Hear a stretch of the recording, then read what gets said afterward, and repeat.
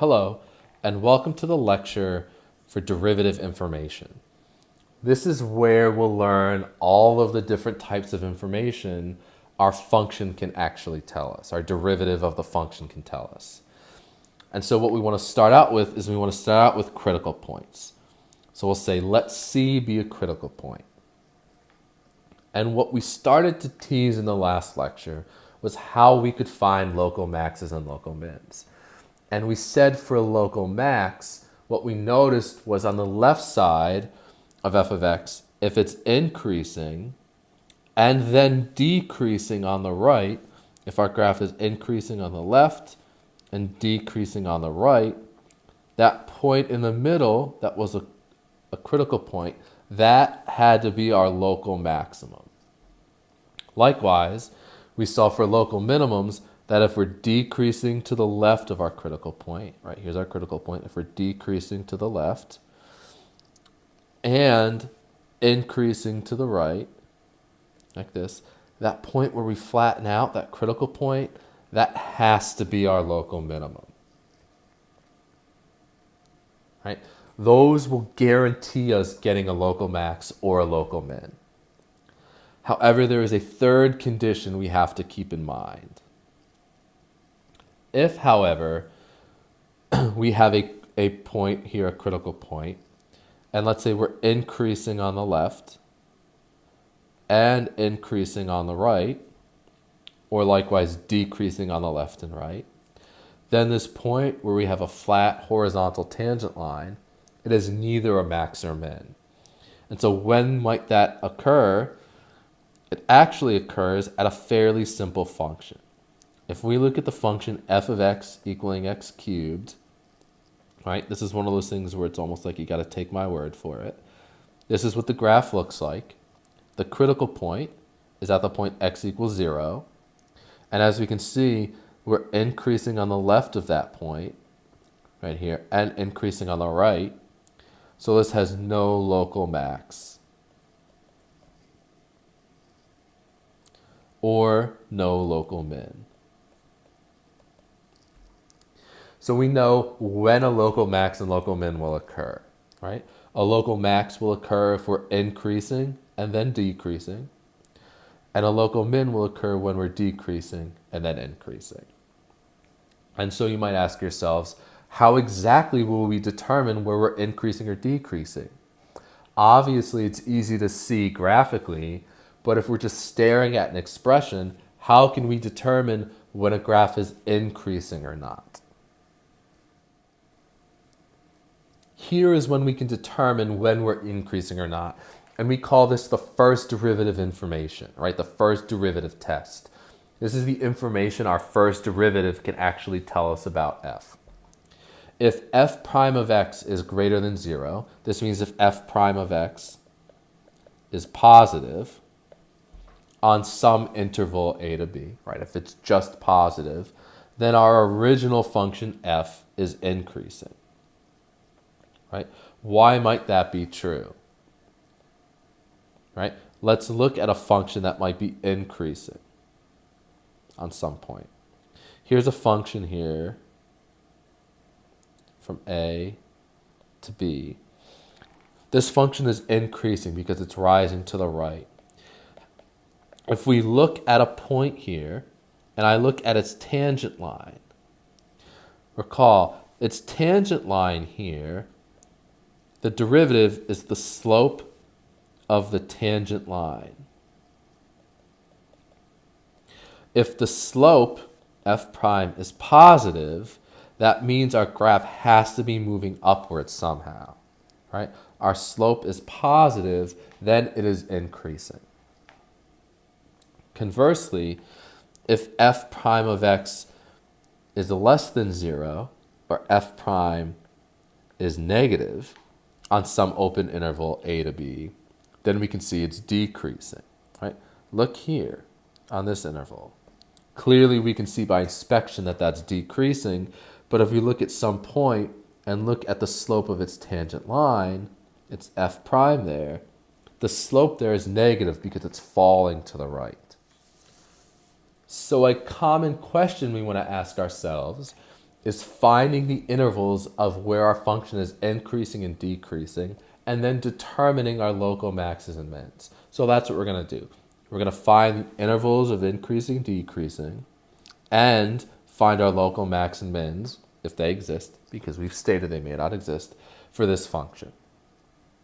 So how do we do this? Well, first of all, we have to find possible max and mins, and we've stated those will be our spots where our derivative is equal to 0, our critical points. So we'll find our critical points. We'll take our derivative of our function, 3x squared minus 6x minus 9, and take this expression and set it equal to 0. We'll solve it any way we can. Right? I can factor a 3 out of this. And then this resulting quadratic, I can factor further into x minus 3, x plus 1.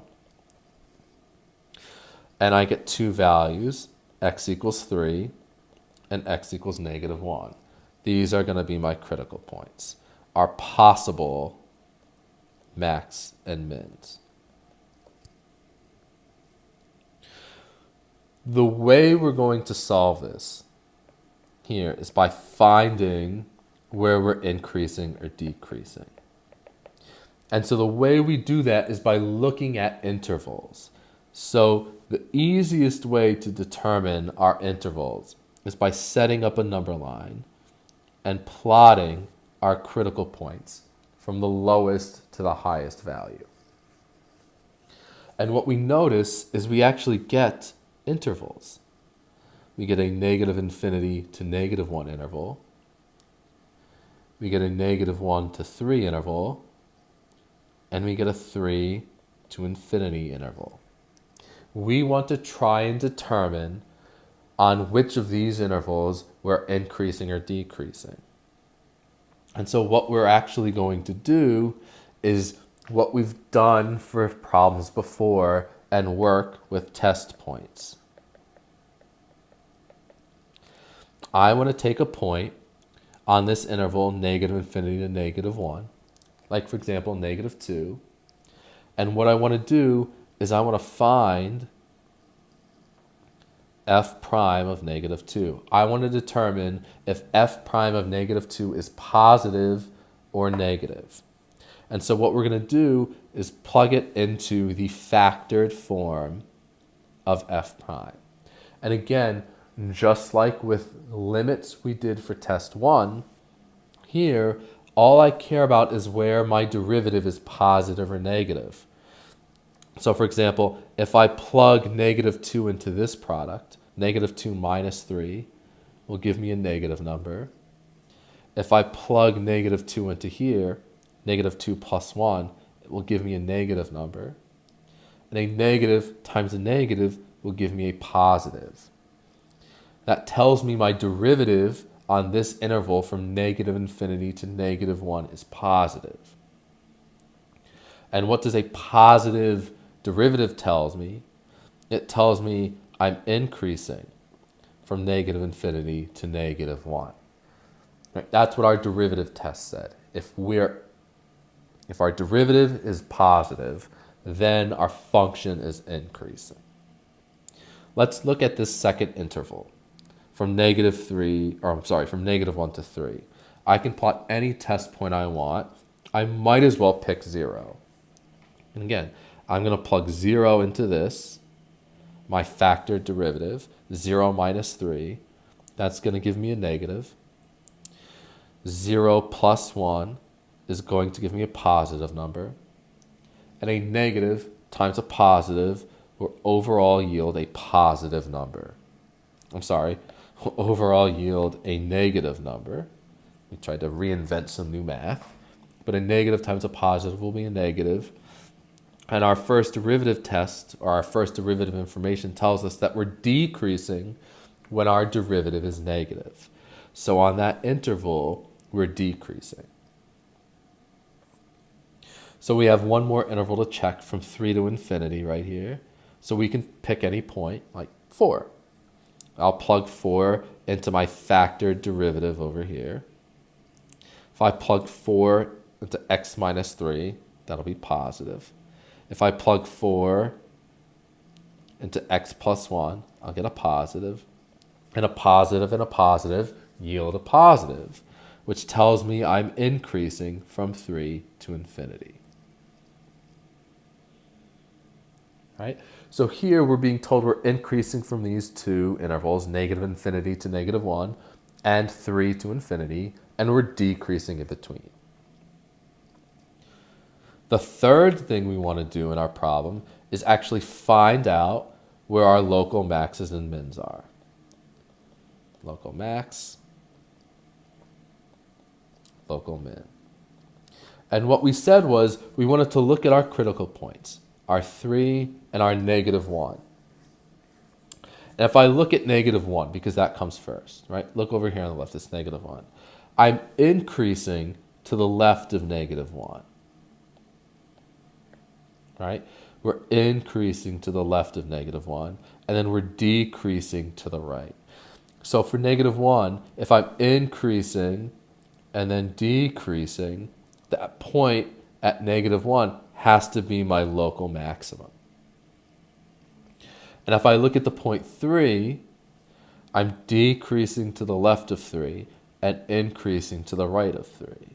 So I'm decreasing and increasing. That point has to be our local minimum. And so that's how we can determine where our local max and local mins are. One thing we can actually see is not just that we're increasing, but how we are increasing. And so if we look at this first curve, we're increasingly increasing. Not only are we rising to the right, we're obviously increasing, but we're getting steeper as we increase. And if we notice, these tangent lines we could draw are all below that curve. If I look at the the right one, obviously I'm still increasing, I'm rising to the right, but I'm decreasingly increasing. I'm getting larger at a slower rate. And if I look at all of these tangent lines are above our curve. And so this idea of how fast we increase or how fast we decrease can be measured by a topic called concavity. And so we have two basic shapes of concave up or concave down. And we can define a concave up shape by looking at the tangent lines being below the graph or below the curve. And these will look like U's, right? If I took a U and drew tangent lines, they'd all be below the curve. A concave down graph, or a graph that has a part of it being concave down, will be ones where the tangent lines are above the graphs, and these will look like ends, right? Where if I drew a tangent line, they're all above my graph. And so just like with increasing or decreasing, the question is, well, how can I determine whether my graph is concave up or concave down? And we have derivative informations for that. However, the first derivative has told us everything it can. So what we have to move to is the second derivative. What is nice, even though it's an extra derivative test, what is nice is it's almost identical. If our derivative is if our second derivative is positive, then we'll say we're concave up. If our second derivative is negative, then we can say our function on that interval a to b is concave down. Right? This mirrors exactly what happens when we were looking for our function increasing or decreasing with the first derivative. Right? It is a new test, but we're not going to have to do any new groundbreaking work.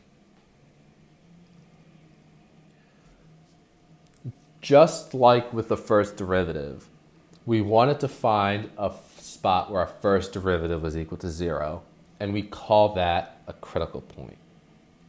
Well, for the second derivative, we have a very analogous idea, and we call them inflection points. we say a value D is an inflection point if f double prime equals 0 and the function changes concavity around D. Right? We need, in this case, two things to be true. I want to find f prime of D being 0 and the concavity changes around D. If those two things are true, then we can say our function is and our value is an inflection point. So let's quickly look at an example. Okay, so let's find the intervals of concave up, concave down. Sometimes that phrase may be shortened to just intervals of concavity.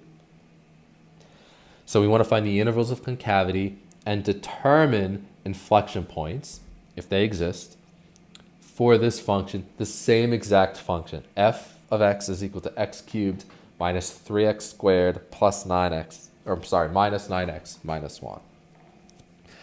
And so we're going to start to do very similar work, right?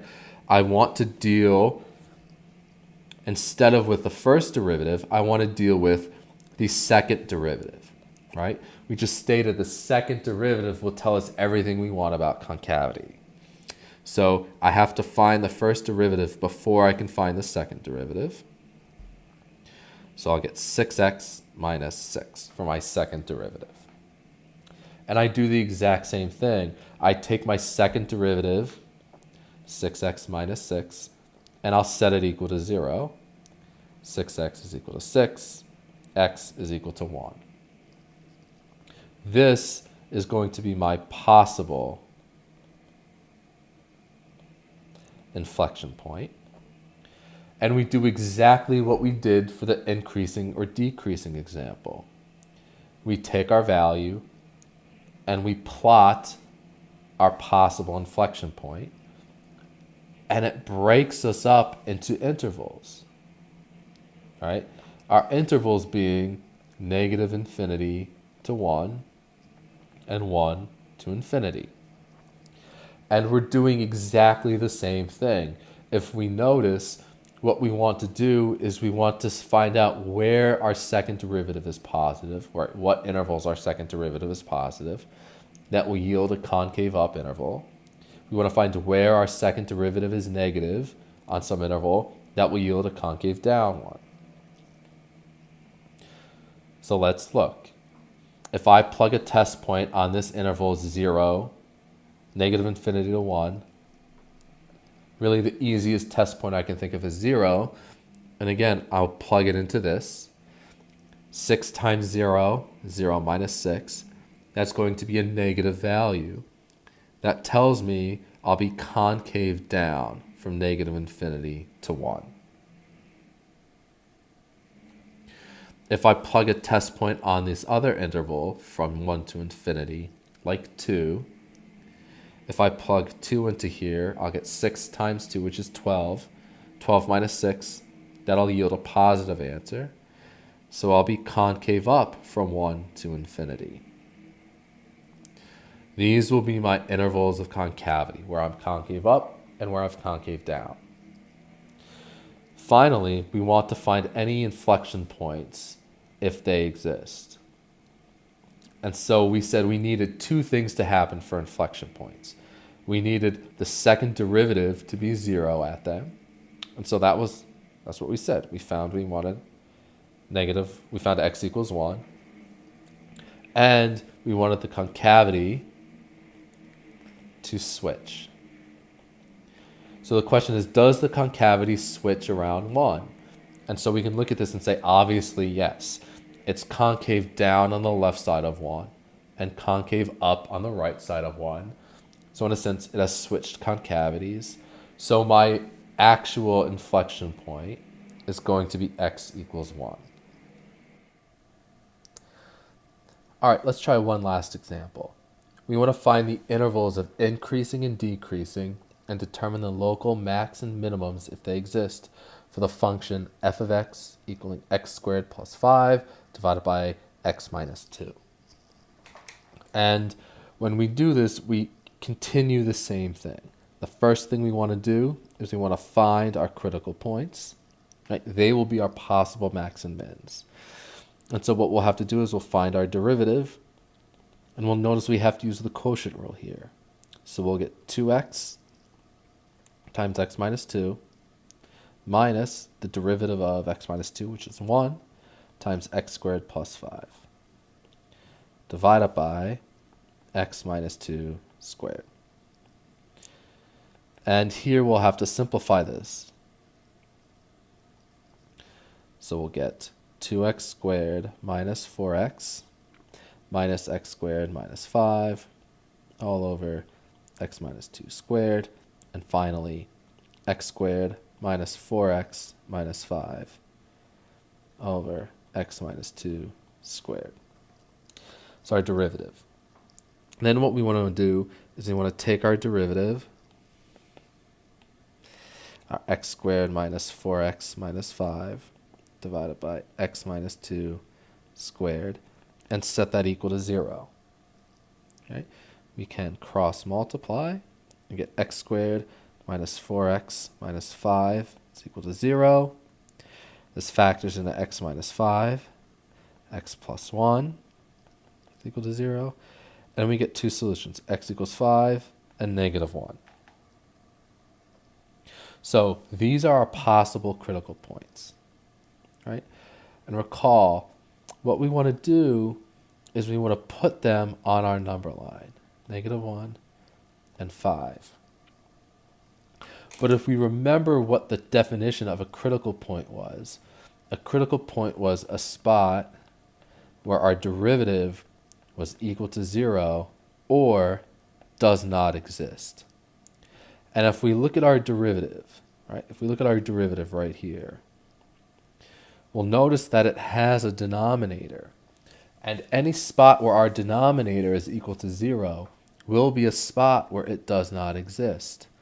And so what I can do is I can look at this x minus 2 squared and say, when will that be equal to 0? That'll be equal to 0 when x is equal to 2. So not only do I have to plot the critical points for when f prime of x is equal to 0, I have to plot the points where our derivative may not exist. What will help us here is writing our derivative in completely factored form, right? Writing it like we factor the top, and we have our denominator factored, x minus 2 squared. And again, we have our intervals.